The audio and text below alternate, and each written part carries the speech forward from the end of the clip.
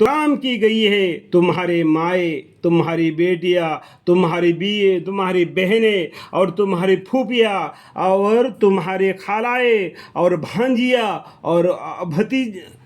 بھتیجیاں اور بھانجیاں اور تمہارے وہ مائیں جنہوں نے تم کو دودھ پلایا ہے، اور تمہارے وہ بہنیں جو دودھ پینے کی وجہ سے ہے، اور تمہاری بیویوں کی مائیں اور تمہاری بیویوں کی بیٹیاں جو کہ تمہارے پرورش میں رہتی ہے، ان بیویوں سے کہ جن کے ساتھ تم نے صحبت کی ہو، اور اگر تم ان بیویوں سے صحبت نہ کی ہو تو تم کو کوئی گناہ نہیں، اور تمہارے ان بیٹوں کی بیویاں جو کہ تمہاری نسل سے ہو، اور یہ کہ تم دو بہنوں کو ایک ساتھ رکھو لیکن جو پہلے ہو چکا۔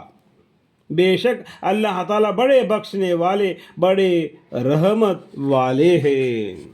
اور وہ عورتیں جو کہ شوہر والیہ ہے مگر جو کہ تمہاری مملوک ہو جاوے، اللہ تعالیٰ نے ان احکام کو تم پر فرض کر دیا،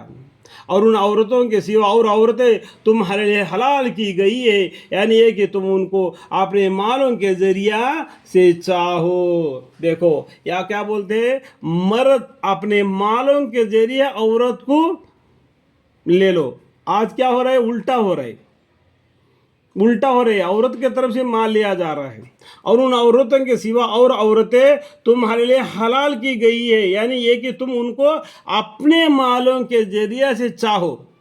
اس طرح کہ تم بیویاں بناؤ، صرف مستی ہی نکالنا نہ ہو۔ پھر جس طریقے سے تم ان عورتوں سے منتفع ہوئے ہو سو ان کو ان کا مہر دو جو کچھ مقرر ہو چکا ہے، اور مقرر ہوئے بعد بھی جس پر تم باہم رضامندی ہو جاوے اس میں تم پر کوئی گناہ نہیں۔ بلا شک اللہ تعالیٰ بڑے جاننے والے، بڑے حکمت والے ہیں۔ اور جو شخص تم میں پوری مقدرات اور گنجائش نہ رکھتا ہو آزاد مسلمان عورتوں سے نکاح کرنے کی، تو وہ اپنے آپس کی مسلمان لونیوں سے جو کہ تم لوگوں کے مملوک ہے نکاح کر لو، اور تمہارے ایمان کی پوری حالت اللہ کو معلوم ہے۔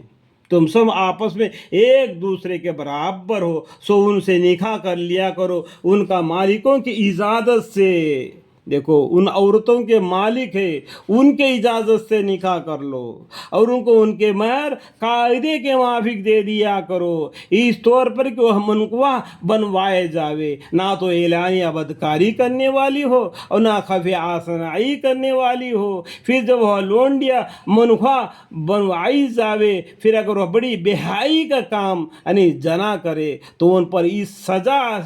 نسواں سزا ہوگی جو کہ آزاد عورتوں پر ہوتی ہے۔ یہ اس شخص کے لیے ہے جو تم میں جنا کا اندیشہ رکھتا ہو۔